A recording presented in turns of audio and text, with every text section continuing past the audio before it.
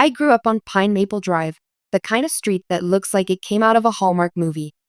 Every house was nearly identical, white siding, trimmed hedges, American flags waving off porches.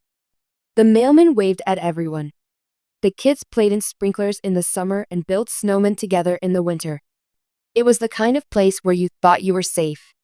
And at the heart of our street was Mrs. Gibbons. She lived right next door and had been there long before we moved in. Everyone on the block adored her. She was the retired school librarian who brought homemade cookies to every neighborhood meeting and always had Band-Aids and Capri Suns ready for scraped knees and playground bruises. People called her Miss G, like she was some beloved character from a storybook. To me, she was more than that. She was family. When I was 7 and my parents moved us into the neighborhood, she showed up on day one with a tray of brownies and a handmade card that said, "Welcome home, Emily." She remembered my name after just one introduction and started calling me sweetheart like she'd known me forever. And when my mom got diagnosed with breast cancer 3 years later, and my dad started working more to pay for the medical bills, it was Mrs. Gibbons who tucked me in some nights. She helped with homework. She packed lunches when my parents forgot. She made me feel seen. I think part of me always wanted her approval, not just because she was kind, but because her attention felt safe. Like she was the only one who noticed when I was struggling. And I was struggling. At school, I was the quiet girl. I didn't have many friends, and I hated drawing attention to myself. My best friend, Jasmine, was the loud one. I clung to her confidence like a life raft. But with Mrs. Gibbons, I didn't have to try. She just knew when something was off. Like the time she knocked on our door with chicken noodle soup because she had a feeling I wasn't feeling well. Or when she showed up to my school play without being invited because she thought it might mean something to me. At first, it felt sweet. Then it started to feel strange. Like how she always seemed to know what I wore the day before or what time I fell asleep. Sometimes she'd mention details I hadn't told anyone. Like how many times I got up to use the bathroom during the night, or that I cried after my dad yelled at me over grades. I brushed it off. Maybe I was overthinking. Maybe she just paid really close attention. But the older I got, the more those little coincidences began to stack up, and the more they started to feel less like love, and more like control. I didn't know then that I was living in the center of a trap, one that had been set so gently, so slowly, that I never even saw the bars around me. Until the day I looked up at my ceiling vent and saw something staring back. It started with the feeling of being watched. Not in the paranoid, horror movie way, at least not at first. It was more like this lingering awareness. A heaviness in the air when I was alone in my room, especially at night. I chalked it up to stress. Senior year was intense. Between SAT prep, college applications, and the pressure of pretending everything was okay at home, I barely had time to breathe. But then it started to get worse. I'd leave my room spotless before heading to school, only to return and find things slightly off. My favorite hoodie folded differently on the chair. A drawer cracked open. Once, my journal was moved half an inch to the right. It wasn't dramatic, not obvious enough for anyone else to notice. But I noticed. And then came the comments. Mrs. Gibbons would say things that didn't make sense. She'd mention dreams I hadn't told anyone about. Casual things like, "Did that nightmare keep you up again last night, sweetheart?" Or, "You should stop pacing when you can't sleep, it just gets your mind more worked up." I'd laugh nervously, brush it off. But in the back of my mind, something screamed, "How does she know that?" The day I found the camera was the day everything changed. It was winter break. My parents had gone to Arizona for a wedding, and I stayed home to catch up on college essays. I'd spent most of the day in my room, bouncing between Word docs and YouTube rabbit holes. Around midnight, I turned off the lights and crawled into bed. That's when I saw it. A faint red glimmer from the vent above my bed. I stared at it for a few seconds, blinking, thinking maybe it was a reflection. But it didn't move. It didn't flicker. It stared back. I jumped out of bed, heart hammering, and stood on my desk chair to get a closer look. The vent was covered in a layer of dust, except for one tiny circular hole. I grabbed my phone and turned on the flashlight. That's when I saw it, a tiny black lens. A camera. A freaking camera in my bedroom vent. At first, I thought it had to be some old piece of equipment from the previous owners, but the dust patterns around it were too fresh. Someone had installed this recently. My breath caught in my throat. I staggered back from the chair, suddenly aware of every moment I'd ever spent in that room, every outfit I changed, every private thought whispered into my pillow, every FaceTime call, every breakdown. I wanted to scream, but I couldn't find my voice. Instead, I grabbed my phone and texted Jasmine. Emily, come over. Now. Emergency. Don't tell anyone. She was there in 15 minutes flat, in sweats and sneakers, her hair a mess and panic in her voice. I pulled her into my room without a word and pointed at the vent. She looked. Then she swore. Loudly. This is a camera, she confirmed, squinting. A working one. Wi-Fi enabled. How do you know? My brother had one of these in college. Used it as a baby monitor for his kid. Together, we unscrewed the vent and pulled it out. It was small. Black. No logo, but clearly high-tech. Jasmine turned it over and found a QR code with a serial number. This thing's streaming live, she whispered. Someone's been watching you in real time. I felt like my skin was crawling, like there was something invisible all over me that I couldn't scrub off. We didn't stop there. Fueled by adrenaline and fear, we tore apart my room for the next 2 hours. We searched every vent, every outlet, every bookend and stuffed animal and light fixture. We found 2 more. One behind a wall-mounted clock. Another tucked into a hollowed-out notebook on my shelf. My room, my safe space, was a surveillance den. And the question that kept screaming through my head was, who would do this? Only one person made sense. One person who knew everything. Who was always there. Always watching. Always looking out for me. Mrs. Gibbons. The pieces started falling into place faster than I could process them. Her weirdly specific comments. Her intuition about my mood swings. The time she showed up at my front door when I was crying on the floor after a fight with my mom, without me ever calling her. She always claimed it was a feeling. But what if it wasn't? Jasmine and I sat on my bed in stunned silence, staring at the cameras lined up on the blanket like some twisted science experiment. We need to find out if they're connected to anything, she said finally. If they're online, they're streaming somewhere. Which means there's a digital trail. Jasmine, being the tech-savvy genius she was, opened her laptop and pulled up my Wi-Fi admin page. After digging around in the router settings, she found it. 3 unknown devices connected to my network. One of them was named Gibbon Stabler 56. My stomach dropped. That's her, I whispered. She has an iPad she brings everywhere. I've seen the case. It's purple with little gold stars. Jasmine nodded slowly. She's been watching everything. From next door. My hands were shaking so hard I could barely hold my phone. I opened my notes app and started documenting everything. Timestamps, photos, the names of the files on the network. Jasmine backed up the footage from the cameras to her external hard drive, just in case. Every second felt more surreal. Like I was living in someone else's nightmare. When we finally finished, it was 3:17 a.m. I sat on the floor of my room, knees hugged to my chest, staring at the blank wall where the camera had once watched me sleep. And all I could think was, how long has this been going on? And what has she done with the footage? The next morning, I didn't wake up. I jerked awake. My heart was pounding, soaked in sweat. For a moment, I couldn't even remember where I was. Then I looked around my room, the bare vents, the clock without batteries, the shelf where a camera used to hide, and it all came flooding back. It hadn't been a nightmare. It was real. Jasmine was asleep on the floor in a sleeping bag, one hand still clutching the hard drive. She'd insisted on staying the night. I was grateful.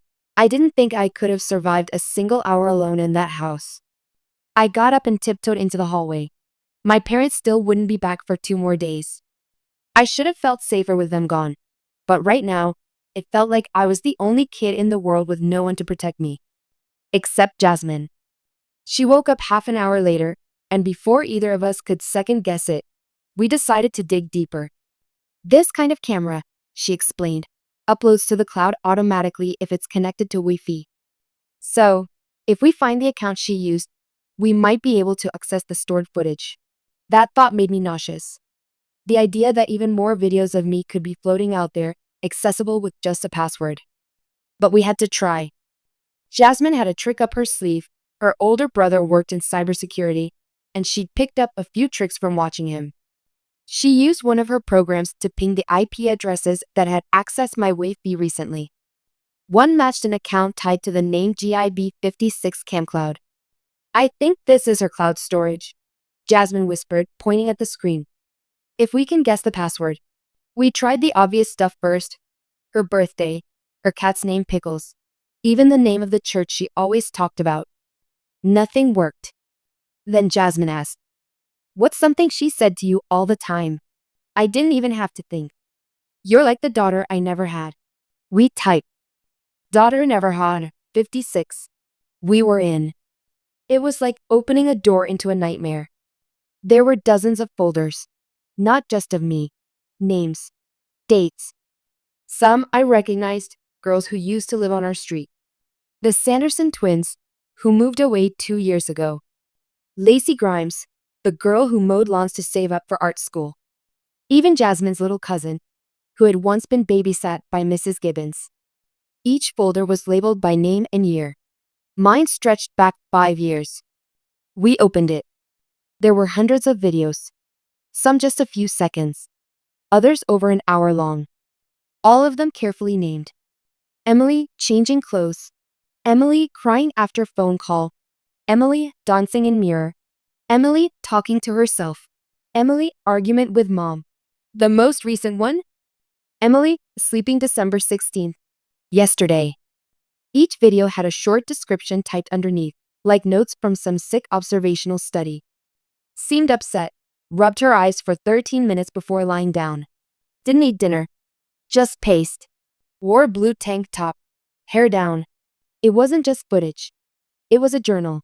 A diary of my life, written from the shadows. Someone tracking me so obsessively, so intimately, that I felt like I didn't own a single second of my own story. I couldn't breathe. My lungs collapsed inside my chest. "What do we do?" I whispered. Jasmine didn't hesitate. "We back it all up. We take it to the police. And we make sure she never does this to anyone else again." She said it so confidently, but I could see the horror on her face too. She was shaking just like me. We downloaded everything, video by video, folder by folder. Jasmine put them onto an encrypted hard drive and hid it inside a bag of dirty laundry, just in case anyone tried to take it. But before we closed out of the cloud account, I saw something that made me freeze. A folder called Shareables. I clicked it. Inside were exported clips. Shorter, more edited versions of the raw footage. Most were under 2 minutes. Some were labeled by views. Emily and changing at 720p to 4K views.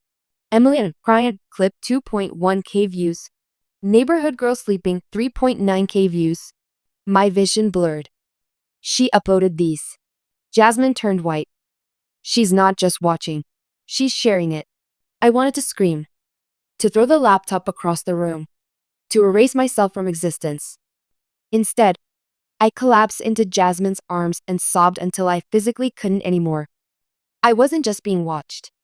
I was being exposed. Someone I trusted more than almost anyone had taken my most vulnerable moments and turned them into entertainment. For strangers. For views. That's when I knew I couldn't keep this quiet. She had taken everything. My privacy. My dignity. My sense of safety. And I was going to make sure she paid for it. I didn't sleep at all that night. Every sound outside made me flinch. Every creak in the floorboards felt like footsteps. I kept checking the windows, the corners of the ceiling, even the closet, because for the first time in my life, I was afraid inside my own home.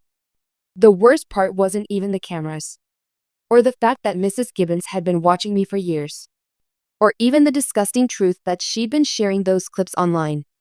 No, the worst part was that I had loved her. Like really loved her. Trusted her more than almost anyone. Told her things I never even told my mom. Looked up to her like a real second mother. And now, that trust had been turned into a weapon. By noon the next day, Jasmine and I had everything ready. The hard drive, the cloud logs, the device IDs, even screenshots of the account info and video titles. We didn't tell my parents. They weren't due back until the following evening, and honestly, I didn't want to see the look on their faces when they found out what had been happening right next door.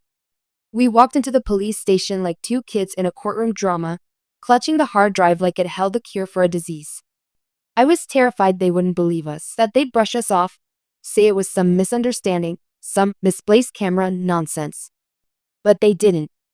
The moment the officer saw the footage and the folder labeled shareables, his whole posture changed. He called in a detective immediately. It turned into a full-blown investigation within hours. They told us we'd done the right thing by coming forward.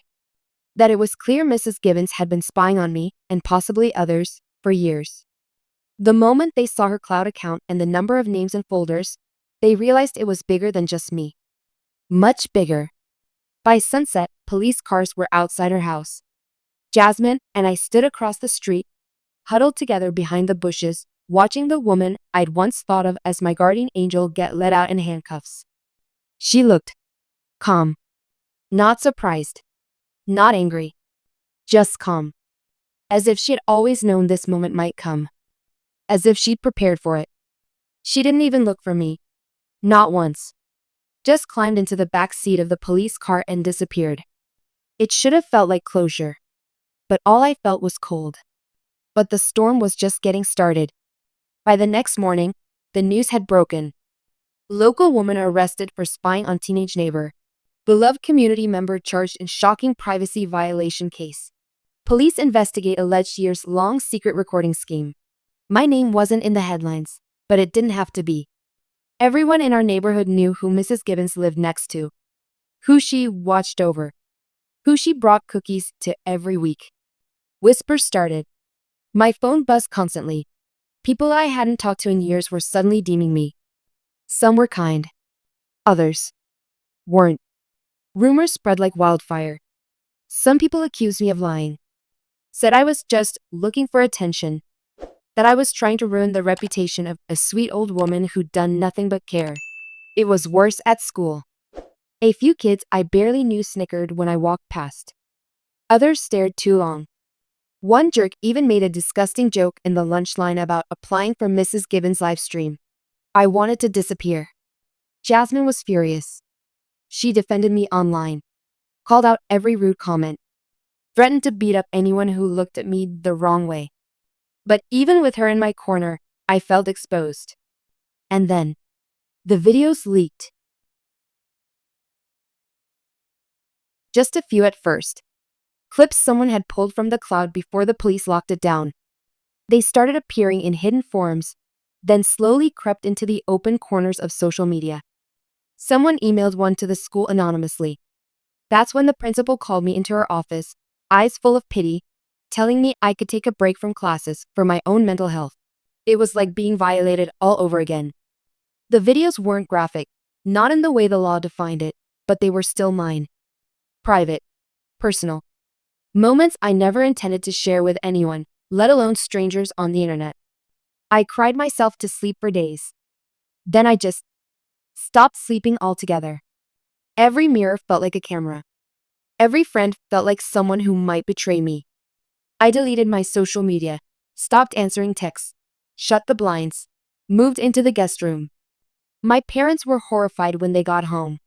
My mom sobbed in the kitchen for an hour straight. My dad kept pacing, fists clenched, whispering, I should have seen it. I should have known. But it wasn't their fault. It wasn't mine either. It was hers. And even in jail, she still had power over me. Then, something changed. A detective emailed me. The investigation had uncovered even more footage, and not just of me. They found a hidden hard drive in her attic. Turns out, Mrs. Gibbons had been doing this for over a decade. To girls. To boys. To babysitters.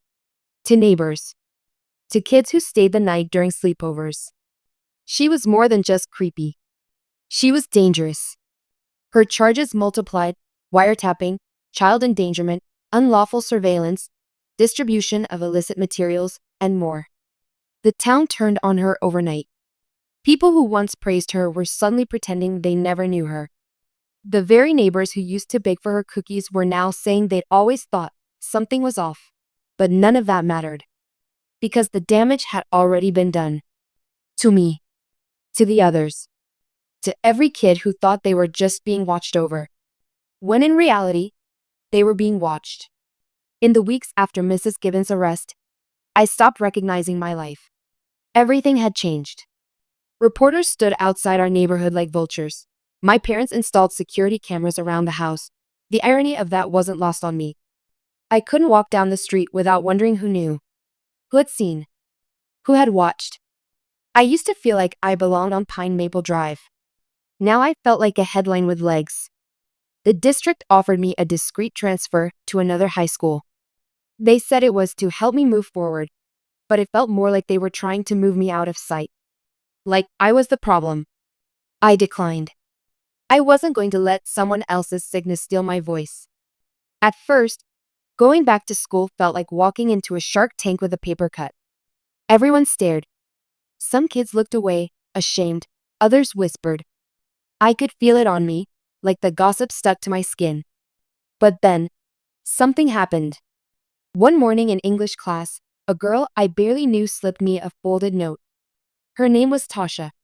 She never talked much, always sat in the back, always wore oversized hoodies like armor. The note just said, "She watched me too. I never told anyone. Thank you for being brave."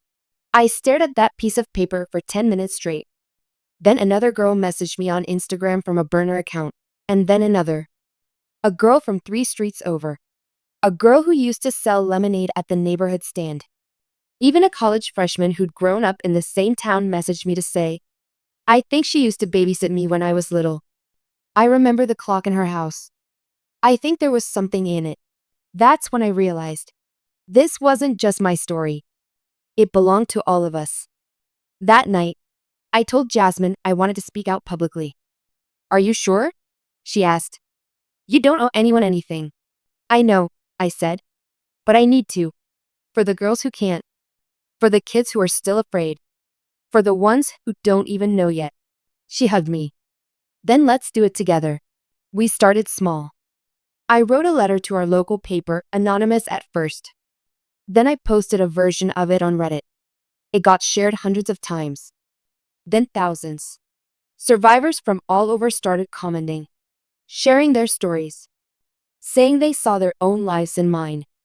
I created an anonymous blog called Watch Button Broken, where I told the whole story from the vent, to the confrontation, to the police, to the fallout. Within a week, it went viral. People started reaching out to ask if I wanted to do interviews, podcasts, news stories. I said no to most at first. I was still healing, still picking up the shattered pieces of my sense of safety. But one day, I said yes. I did a podcast episode with a woman who ran a support group for digital privacy victims. We talked for 2 hours. And for the first time in months, I felt heard. Not just listened to, but understood. It was terrifying and freeing. I didn't use my full name, but I told the truth, and it helped people. Mrs. Gibbons eventually accepted a plea deal, 10 years in prison with no chance of parole for the first 6. Some people said she looked remorseful in court, but I don't care. I don't care if she cried. I don't care if she said she was trying to protect me. Because the truth is, you don't protect someone by stealing their privacy. You don't love someone by turning their most vulnerable moments into a private obsession, or worse, public content. You protect people by giving them power, by helping them feel seen without surveillance, heard without violation, loved without conditions. She took that from me, but I took it back. It's been a year now. I still have nightmares sometimes. I still get anxious when someone stares too long, or when I see vents or clocks with strange shadows. But I also walk taller now. I speak at school assemblies about digital safety. I help other survivors find resources. I even got a scholarship from an organization that helps victims of tech-related abuse. Jasmine and I are still best friends. Closer than ever. She's the reason I got through it. The reason I didn't let shame win. My parents, too, after the shock wore off, they became my biggest protectors. They listen now. They notice things. They ask me how I'm doing. That means more than they know. And the neighborhood? It's still healing. Some houses have changed hands. Some families moved away. The street doesn't feel quite so perfect anymore. But maybe that's okay. Maybe perfect was never the goal. Maybe what we need isn't perfection. Maybe we just need truth. Because if there's one thing I've learned through all of this, it's that the real monsters don't always hide in the woods or under our beds. Sometimes, they wear pastel cardigans and bring over banana bread. Sometimes, they call you sweetheart and smile with their eyes. And sometimes, the bravest thing you'll ever do is look back at the monster and say, "You don't get to control me anymore. Not now. Not ever again." I thought the nightmare ended with her arrest. I thought once Mrs. Gibbons was gone, I'd finally feel free. I'd pictured this version of myself, strong, unafraid, finally able to walk into any room without checking the corners, without feeling like someone was watching me. I thought justice would cure everything. But trauma doesn't care about timelines. And sometimes, monsters leave behind echoes. When I left for college 6 months later, I felt something I hadn't felt in a long time. Hope. New city. New people. A place where no one knew me as the girl from the news. Here, I was just Emily Carter, a freshman psychology major with big dreams and a dorm room full of fairy lights and fresh notebooks. My roommate, Lexi, was loud and chaotic in all the right ways. She painted her walls with song lyrics and left glitter on everything she touched. She didn't know anything about my past. Not at first. And I liked it that way. I let myself believe I could have a normal life again. Until the second week of October. It was a Thursday. I remember because I had Psych 101 in the morning and Intro to Media at noon. Lexi had a night class, so I was alone when I decided to reorganize our closet. The school gave us these basic wooden wardrobes, and I wanted to shove mine against the wall to make space for a floor lamp I'd found at a thrift store. As I moved it, something fell behind the baseboard. A small black object, too square to be trash. When I bent down and picked it up, my fingers went cold. It was a micro camera. No lights, no logos. Just a lens, blinking once. Like it knew I saw it. I froze. My whole body stiffened the way it used to when I was little and heard something in the dark. I stared at it like maybe if I blinked, it would disappear. Maybe I was wrong. Maybe this wasn't what I thought it was. But I knew that feeling. That ripping sensation in your gut when your sense of safety is suddenly torn open. Again. Lexi came back an hour later to find me still sitting on the floor, holding the camera. Whoa, what's that? I tried to speak. My voice cracked. It was behind the dresser. Her face changed instantly. She dropped her bag and crouched next to me. Wait. Is that a camera? I nodded, barely holding it together. It's a camera. She didn't even ask questions. She just picked up her phone and called campus security. They came within 20 minutes. And this time, I didn't stay silent. I told them everything. What happened with Mrs. Gibbons? The years of surveillance. The fake sweetness. The camera in the vent. The footage. The investigation. The arrest. The court. The therapy. The aftermath. I watched their faces shift from confused to horrified. They took the device and swore they'd launch an internal investigation. They said things like, "We take this very seriously and we'll check every room on this floor." But I'd heard those words before. Words don't stop nightmares. Later that night, I sat on the edge of my bed while Lexi sat across from me on hers, legs crisscrossed, hands clasped in her lap. "You okay?" she asked. I shook my head. No. She didn't try to fix it. She didn't feed me platitudes or suggest I stay positive. She just scooted closer and said, "Want to punch a pillow? Or scream into one?" I laughed, kind of. It was a broken sound, but it felt real. "I don't get it," I said. "Why me? Why does this keep happening?" Lexi looked me dead in the eyes and said, "Because some people see light and want to own it instead of admire it." I blinked. That sentence lived in me for days. The investigation revealed two more cameras. One in the hallway exit sign, another hidden in a communal study room vent. They weren't just in my room. This wasn't personal. It was systemic. They arrested a maintenance worker who had access to the dorms. A 42-year-old man with no priors and a smiling face on his ID badge. He had hidden devices in 5 different dorms across 2 campuses. One of the cameras had been there for over 6 months. I wanted to throw up, but instead, I wrote. This time, I didn't hide behind a blog or a fake name. I wrote a full piece and submitted it to the university newspaper. I was watched before, and I'm being watched again. We deserve better.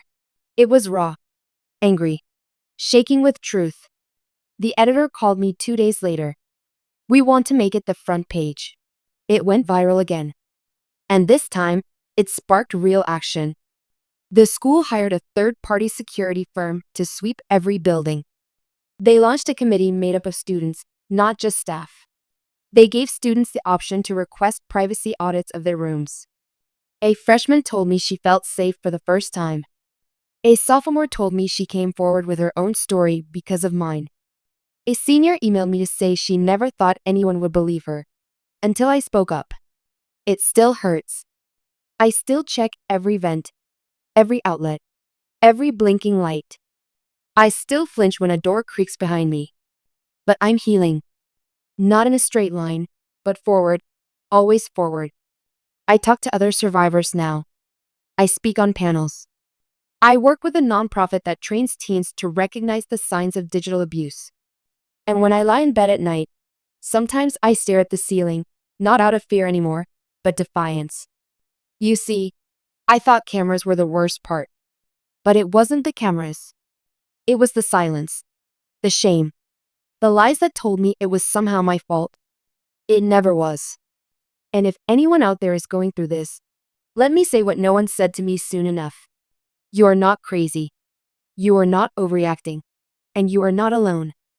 Being watched doesn't make you weak. Speaking out makes you powerful.